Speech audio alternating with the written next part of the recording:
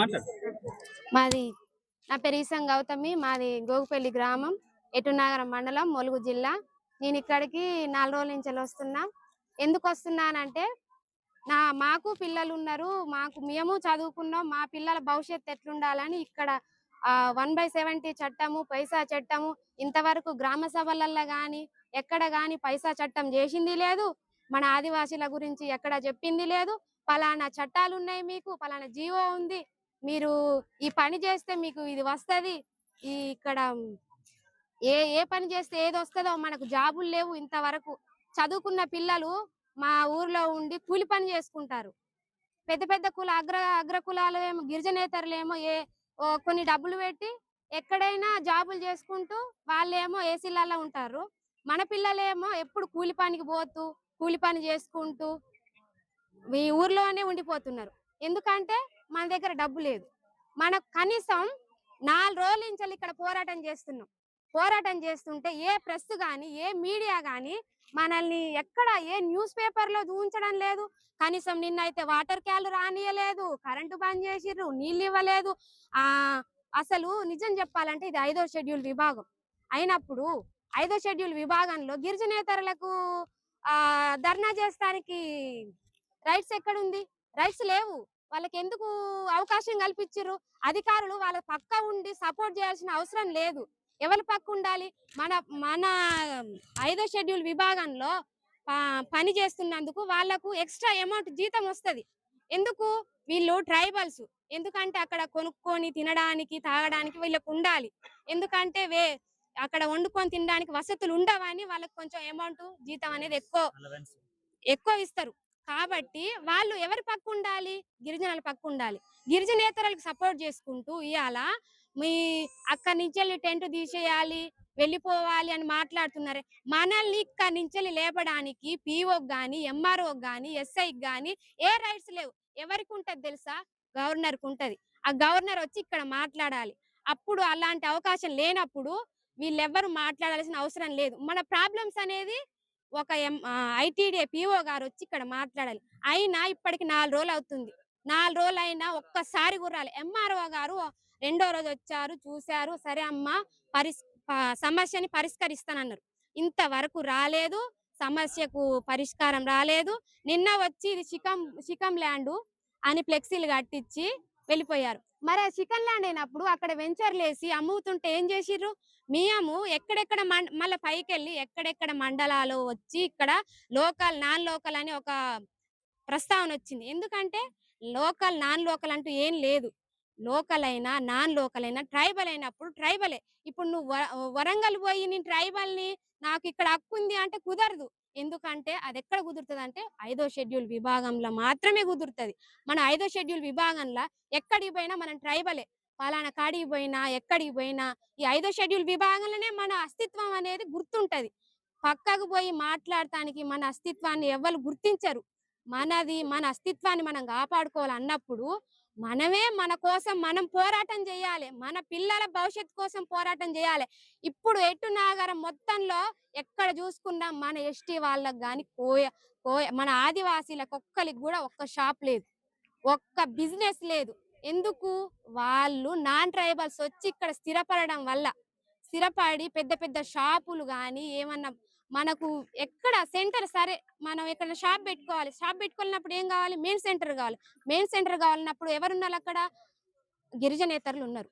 మనకు మన అస్తిత్వాన్ని మనం కాపాడుకోవాలంటే ఇప్పుడు ఈ భూమి ఉంది.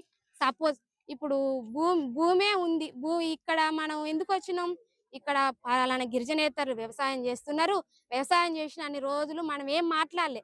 కానీ వాళ్ళే ఎక్కువ పెరిగిపోవాలి జనాభా. ఈ ట్రైబల్స్ ఉండకూడదు. కాబట్టి వాళ్ళే వెంచర్లు వేసుకొని అన్ని చేసుకుంటూ వాళ్ళ ఇష్టానుసారం అమ్ముకున్నారు. మరి నిన్న పిఓ గారు చికెన్ ల్యాండ్ అని, ఎంఆర్ఓ గారు చికెన్ ల్యాండ్ అని ఇక్కడ ఫ్లెక్సీ కట్టించారు. అదే చికెన్ ల్యాండ్ అని 10 సంవత్సరాల ముందే, 10-20 సంవత్సరాల ముందే ఇక్కడ ఫ్లెక్సీ కట్టించి వ్యవసాయం చేయనీయకుంటుంటే అప్పుడు ఇంత ధర్నా చేయాల్సిన అవసరం రాకపోదు. ఇక్కడికి వచ్చి మనం ఇన్ని రోజులు 4 రోజుల నుంచి వెళ్ళి నీళ్లు నిప్పులు, నువ్వు కరెంటు ఏం లేకుండా ఎండల బుగ్గిలా ఇక్కడ ఉండాల్సిన అవసరం రాకపోదు. ఎందుకు వచ్చింది?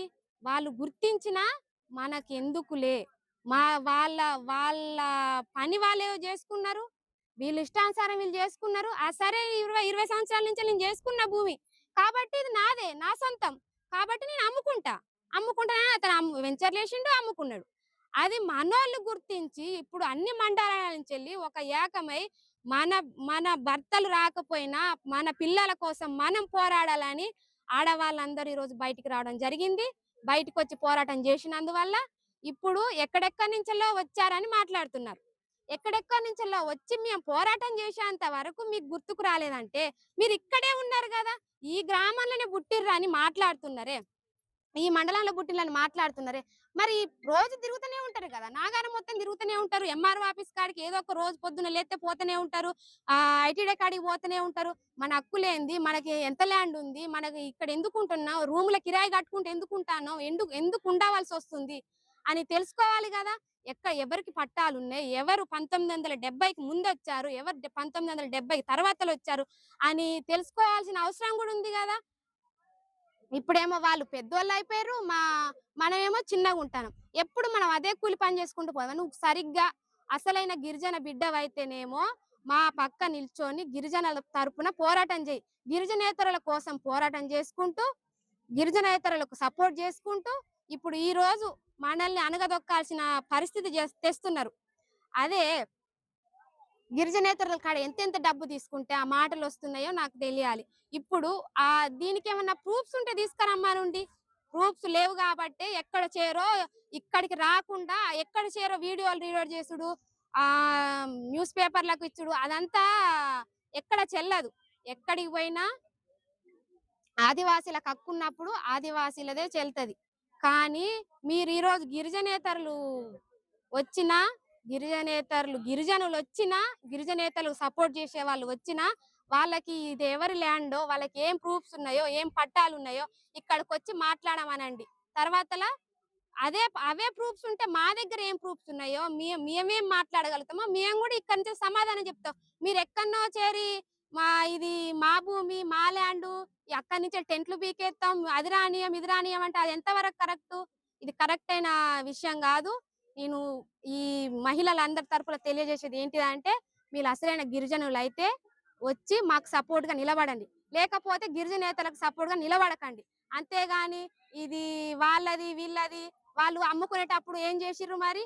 వాళ్ళకి సపోర్ట్ జేసేటప్పుడు అక్కడ పోలు పాతున్నయి గదా! అప్పుడేం జేసిర్రు? అప్పుడు కనిపించలేదా? అప్పుడు అప్పుడు మీకు తెలీదా? అది గిరిజనులకు ఈ నాన్ లోకలు ఇది గిరిజనులకు సంబంధించిన ల్యాండు, దీనికి పట్టాలున్నాయా? లేవా? అనేది అప్పుడు అర్థం గాలేదా? జై ఆదివాసీ! జై